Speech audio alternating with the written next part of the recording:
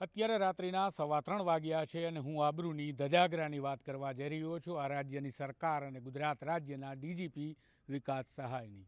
આબરૂના ધજાગરા એટલા માટે કે અત્યારે પોલીસ સ્ટેશનમાં ફરિયાદ નોંધવા આવેલા બે પત્રકારોને શું જવાબ મળે છે? કારણ કે તેમને લુખ્ખાઓ પરેશાન કરે છે. લુખ્ખાઓ તેમની પાસે હાથમાંથી મોબાઈલ ઝૂંટવી લે છે, કેમેરા ઝૂંટવી લે છે અને તેની ફરિયાદ રાજધાનીમાં પોલીસ સ્ટેશનમાં નોંધાવવા માટે જ્યારે એ પત્રકારોની સાથે અમે પણ હોઈએ છીએ ત્યારે જે જવાબ મળે છે એ આશ્ચર્યચકિત કરી દે છે. ડીજીપી લુખ્ખાઓની શોધખોળ કરી રહ્યા છે. 100 કલાકમાં અસામાજિક તત્વોની યાદી માંગી રહ્યા છે. આવો બતાવો લુખ્ખા, આવો બતાવો અસામાજિક તત્વ અસલમાં ગુજરાત રાજ્યમાં જોવા હોય તો ક્યાં જવું જોઈએ? જી વિમિત, આખી ઘટનાક્રમની વાત કરો. તુષારભાઈ, વાત કંઈક એમ હતી કે વ્યાયામ શિક્ષકોનું આંદોલન હતું. એમને કરાર બેઝ ઉપર નોકરી રાખવામાં આવ્યા હતા અને અચાનક એમને ત્યાંથી નોકરીમાંથી છૂટા કરી દેવામાં આવ્યા. એમનું કહેવું છે કે અમે બેરોજગાર થઈ ગયા.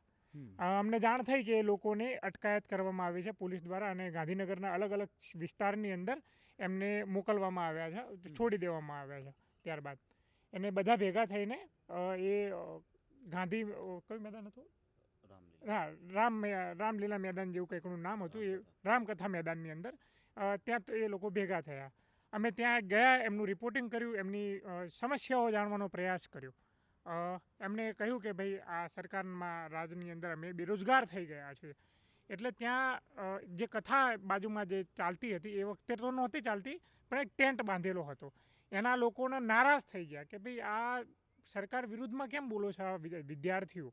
તો એ આવ્યા અને સીધા અમને ગાળો દેવા લાગ્યા કે ભાઈ અહીંથી નીકળી જાઓ, અમારી પ્રિમાઇસીસ છે, તમે અંદર કેવી રીતે ઘૂસ્યા? મેં કીધું આ સરકારી મેદાન છે, બરાબર? કે ના, અમે આ ભાડે લીધું છે, તમે અંદર ઘૂસી જ કેવી રીતે શકો? આ બાર બોર્ડ માર્યા છે, તમને નથી વંચાતા? મેં કહું ભાઈ અંધારું છે, રાતના 10:30ની આજુબાજુ જેવું થયું હતું, 10:40ની આજુ. મેં કહું ભાઈ અંધારાની અંદર બોર્ડ કશું દેખાય નહીં અને આ સરકારી છે, અમે સારી રીતે જાણીએ છીએ. એટલે એમને ધક્કા મારીને કાઢ્યા, બરાબર? મારી ગરચી દબાઈ. મારા પત્રકાર સાથી મિત્ર છે જે કેમેરામેન તરીકે કામ કર્યું હતું એ દિવસે એ જગ્યાએ, એમની સાથે પણ ગેરવર્તણૂક કરવામાં આવી. એમની પણ ગરચી દબાવવામાં આવી. મારા કેમેરાને નુકસાન પહોંચાડવામાં આવ્યું. મારો મોબાઈલ છીનવી લેવામાં આવ્યો. આ ભાઈનો મોબાઈલ છીનવી લેવામાં આવ્યો અને લગભગ 15થી 20 લોકો એ અમને ઘેરી વળ્યા ગુંડાઓની માફક. અને તમે જુઓ કે એક હિંસક કૃત્ય અમારી સાથે થયું હોય એમ. પેટમાં એમને લાત મારી, સાથે સાથે મોબાઈલ પણ છીનવી લીધો અમારો. અમે કહ્યું કે ભાઈ એમને 100 નંબર પર ફોન કરવો છો ભાઈ. તો મોબાઈલ તો હતો નહીં અમારી પાસે. મેં કીધું ભાઈ ગમે તે અમને 100 નંબર પર ફોન લગાવી આપો. એટલે ગમે તે કોઈ ભલ માણસે ફોન લગાવ્યો છે. 3 PCR આવી. પોલીસવાળા, હવે એ ક્રૂરતાની ઘટના તો અમારી સાથે અહીંયા થાય છે કે પોલીસવાળાએ અમારી પર દબાણ કર્યું, વિડીયો ડિલીટ મારો. તમે આ લોકોનો વિડીયો ઉતાર્યો છે ને કે જે તમારે પોલીસવાળા આવ્યા હતા, શેમાં આવ્યા હતા? 3 PCR હતી, ત્રણેયમાં બે એક એમ કરીને પાંચેક જણા હતા. એને ત્રણેય અમને પ્રેશર કર્યું કે ભાઈ તમારે વિડીયો ડિલીટ મારવો પડશે. કારણ કે આ ભાઈ પીઆઈનો મિત્ર છે, જે તમને ધમકાવી રહ્યો છે ને એ પીઆઈનો મિત્ર છે.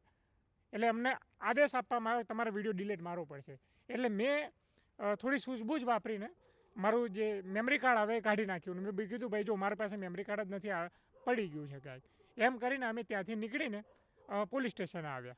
અને આખી ઘટના તમે જોઈ કે પોલીસવાળાએ અલ્લાહ કર્યા, એફઆઈઆર ના નોંધી. આ ગુજરાતના પાટનગર ગાંધીનગરની અંદર શું કહેવાનું થયું? પોલીસે શું કહ્યું હતું? પોલીસે કહ્યું કે ભાઈ એફઆઈઆરની વાત કરી કે ભાઈ એફઆઈઆર નોંધો. તો એમને એવું કહ્યું કે ભાઈ સાહેબને ફોન કર્યા, સાહેબ નથી હાજર, અલ્લાહ કર્યા, ઘડીકમાં બે બાર જાય. એટલે વ્યવસ્થિત અમને એફઆઈઆર પણ નોંધવામાં નથી આવી. કોઈ સામાન્ય અમારી કોઈ અરજી પણ લેવામાં નથી આવી.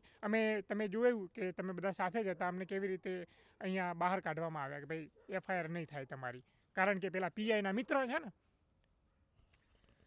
તો આ રાજ્યની પોલીસના આબરૂના ધજાગરાની વાત છે, રાજ્યના મુખ્યમંત્રીના આબરૂના ધજાગરાની વાત છે, ગૃહ રાજ્યમંત્રી હર્ષ સંઘવીની આબરૂના ધજાગરાની વાત છે. અસામાજિક તત્વો શોધવા છે આ સરકારને, તો અસામાજિક તત્વો ક્યાં બેઠા છે આ વિડીયો પરથી સમજાશે.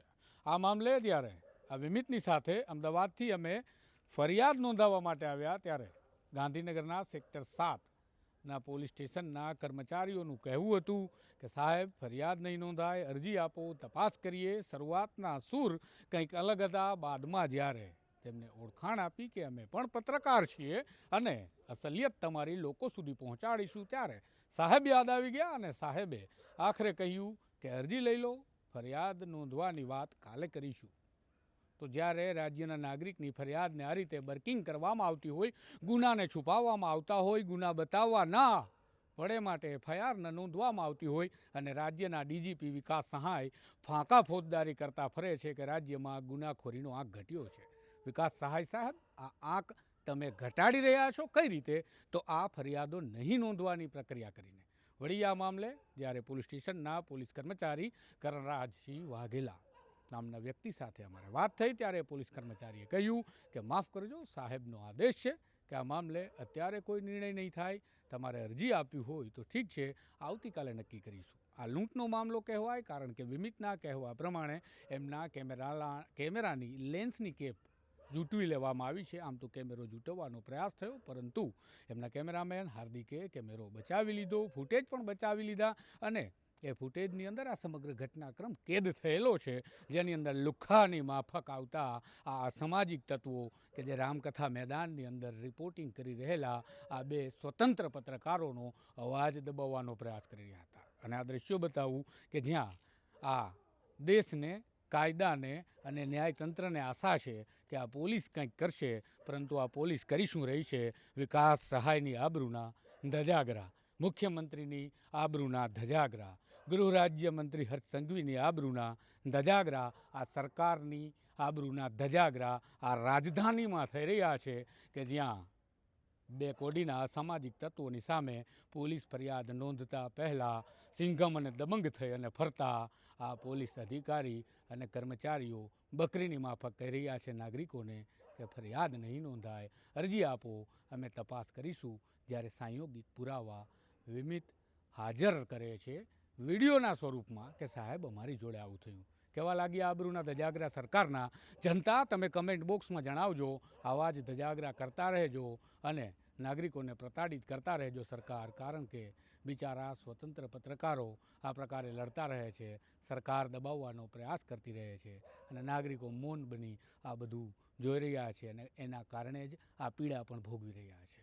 કમેન્ટ બોક્સમાં તમારું મંતવ્ય જરૂરથી જણાવજો કે આને આબરૂના ધજાગરા કહેવાય કે બીજું કંઈ. નમસ્કાર.